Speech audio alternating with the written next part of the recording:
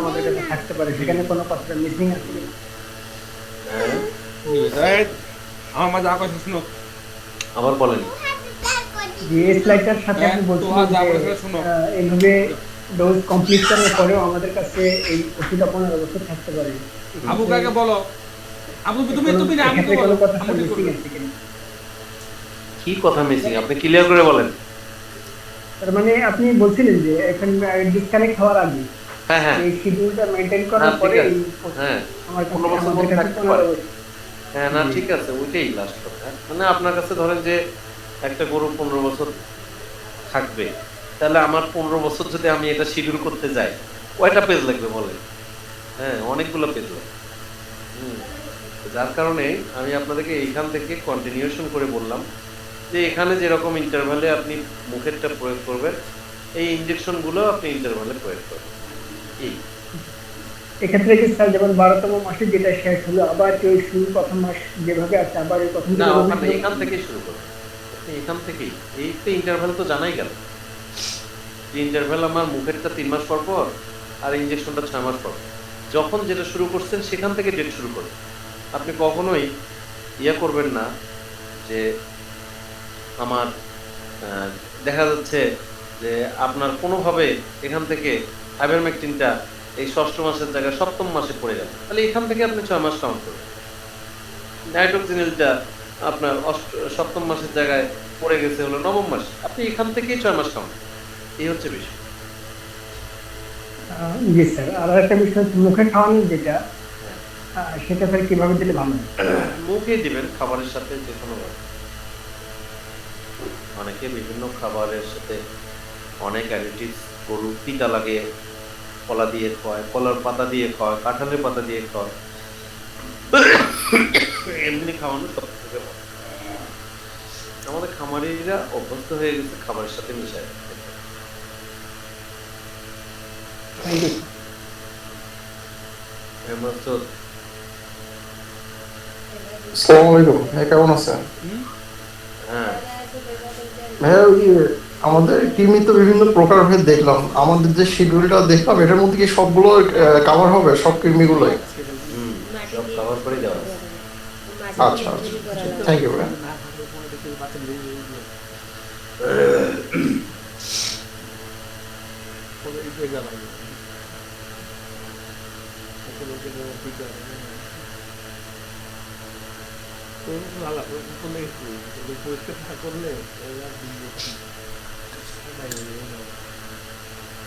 এর পরবর্তী ক্লাস হবে গর্ভবতী গাভী পরিচর্যা। স্যার গর্ভবতী, হ্যাঁ, ওবায়দুল বলেন। স্যার কৃমি সবকে কি সবগুলোই কি মাংস হবে না সামলার নিচে হবে স্যার? সব ঠিক আছে? কৃমি সবই চামড়া নিচ্ছে, সব চামড়া নিচ্ছে। কৃমি কোনোটাই মাংস হবে না। হ্যাঁ, জি স্যার আমাদের সব দেশে, থেকে আমাদের দেশে যা আছে কৃমি এবং ভ্যাকসিন, মনে রাখবেন কৃমি এবং টিকা সবই মোটামুটি চামড়া নিচ্ছে। আচ্ছা স্যার, এটাই। ঠিক আছে, thank you. Mizanur Rahman, sir, দুগ্ধবতী গাভীকে কৃমি ইউজ করলে দুধ নষ্ট হয় কেন? হ্যাঁ, নষ্ট হয় কেরিয়ারের কারণে। হ্যাঁ, এই কেরিয়ারের কারণে আপনি প্রথম অবস্থায় একটু হয়তো নষ্ট হতে পারে, আস্তে আস্তে ওটা অ্যাডজাস্ট হয়ে যায়, পরে আর হবে না। আপনি যদি রেগুলার ইন্টারভালে আপনি ওয়েট করেন তাহলে আর এটা হবে না, হুম, আচ্ছা স্যার, ঠিক আছে। অ্যাডজাস্ট হয়ে যাবে। এক সময় দেখবেন আপনি বুঝতেই পারবেন। ঠিক আছে।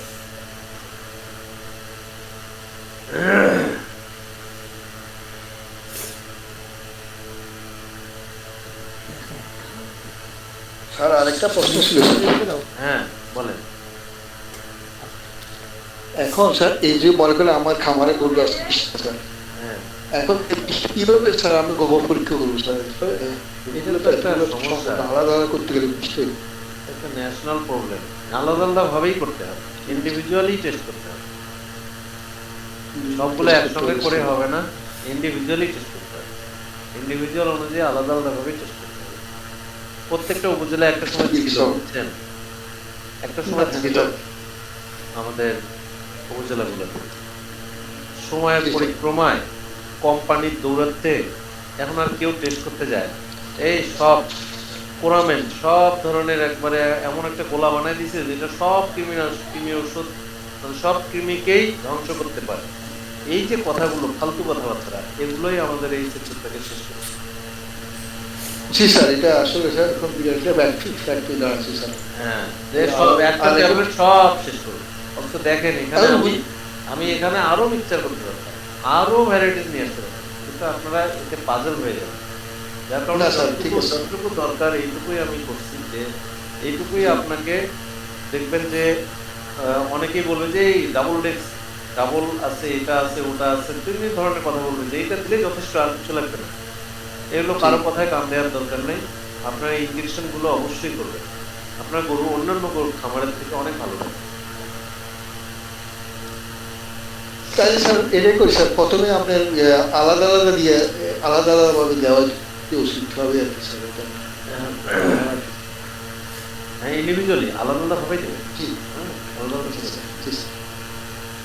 Thank you sir. হ্যাঁ, আর কেউ? স্যার আমরা তো অনেক সময় হাট থেকে কিনে নিয়ে আসতাম, তো সেটা যদি আগে থেকে করানো থাকে ডোজ বা করানো নেই, সেটা শিওর হলাম না, সেক্ষেত্রে কিভাবে শুরু করা বা যে ওভারডোজের সমস্যা হবে না। সুন্দর প্রশ্ন। আপনি হাট থেকে নিয়ে আসছেন, আপনি নিয়ে আসার দিন থেকেই কিনে আসা শুরু করবেন। আপনি মনে করবেন যে ওরা কিছুই দেয়, এটাই আপনি মনে করবেন। এবং এটা যদি ওভার ডোজিং হয়ে যায় কোনো সমস্যা হবে কেন হবে না? আপনি কৃমিনাশক যে লিফলেটগুলো আছে এগুলো আপনি দেখবেন যে বিশেষ করে ওরাল যে ডোজ, মুখে যেটা আপনি মুখের যে ওষুধগুলো দেওয়া, এগুলোতে এরা 16 গুণ পর্যন্ত সেফটি আছে। 16 টাইমস, 16 গুণ। একটা কৃমির একটা গরুর জন্য আপনি 2টা ট্যাবলেট দিচ্ছেন, ওটা যদি 32টা ট্যাবলেটও আপনি খাওয়ান, কিচ্ছু হবে, একটু হবে, একটু আপনার হয়তো শারীরিক দুর্বলতা আসতে পারে, মারা যাবে।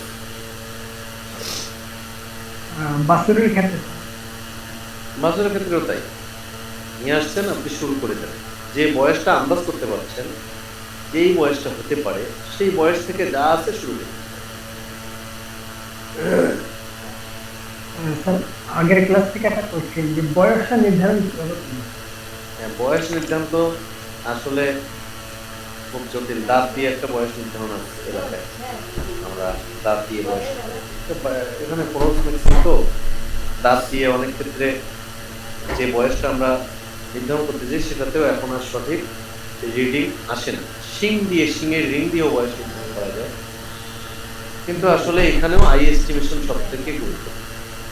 যেহেতু আমরা কেউ রেকর্ড রাখি না, তাই চোখের অভিজ্ঞতা ও মুখে যাই বলুন, আপনার চোখ বলতেছে এটা 2টা বাচ্চা দিতে পারে, আপনার চোখ বলতেছে বাচ্চাটার বয়স 8 মাস হতে পারে, এটাই মানবে।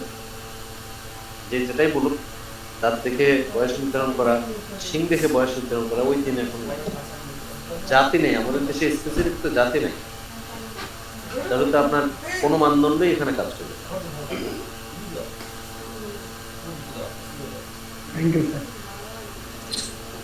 স্যার মুখে খাওয়ার ট্যাবলেট দেওয়ার কতদিন পরে ইনজেকশন দেওয়া যায়? কিসের কীটনাশক মুখে খাওয়ার ট্যাবলেট দেওয়ার কতদিন পরে ইনজেকশন দেওয়া? এটা 15 দিন বলে, অনেকে 7 দিন বলে। আমি তো বলি যে প্রথম একসাথে দিলে কিছু হবে, একসাথে দিলে আমি দিছি অনেক কিছুই হয়। তাহলে ইনজেকশনটা কত মিলি করে দিতে হবে, কত দিনের জন্য? ওইটা পার্সেন্ট কম বেশি আছে, আপনি যে ওষুধটা কিনবেন ওখানে লেখা আছে নির্দিষ্ট মাত্রায় প্রয়োগ। ঠিক আছে। একটু প্রশ্ন ছিল, করবো? হুম, সেভাবে ওই যে আমাদের যে চারটা দিলেন, ধরেন যে 1 বছর পর্যন্ত যেটা হলো, পরে রোটেশনটা আবার কি হবে, মানে ওটা একটু বুঝতে পারিনি রোটেশনটা। ইন্টারভাল দেখেন, ওটা আপনি দেখলেই বুঝতে পারবেন, পরের ক্লাসে প্রশ্ন করবেন, দেখলেই বুঝতে পারবেন। আচ্ছা, ইন্টারভ্যাল অনুযায়ী, ইন্টারভ্যাল যে ইন্টারভ্যাল আছে ওই ইন্টারভ্যালে প্রয়োগ করতেই থাকবেন।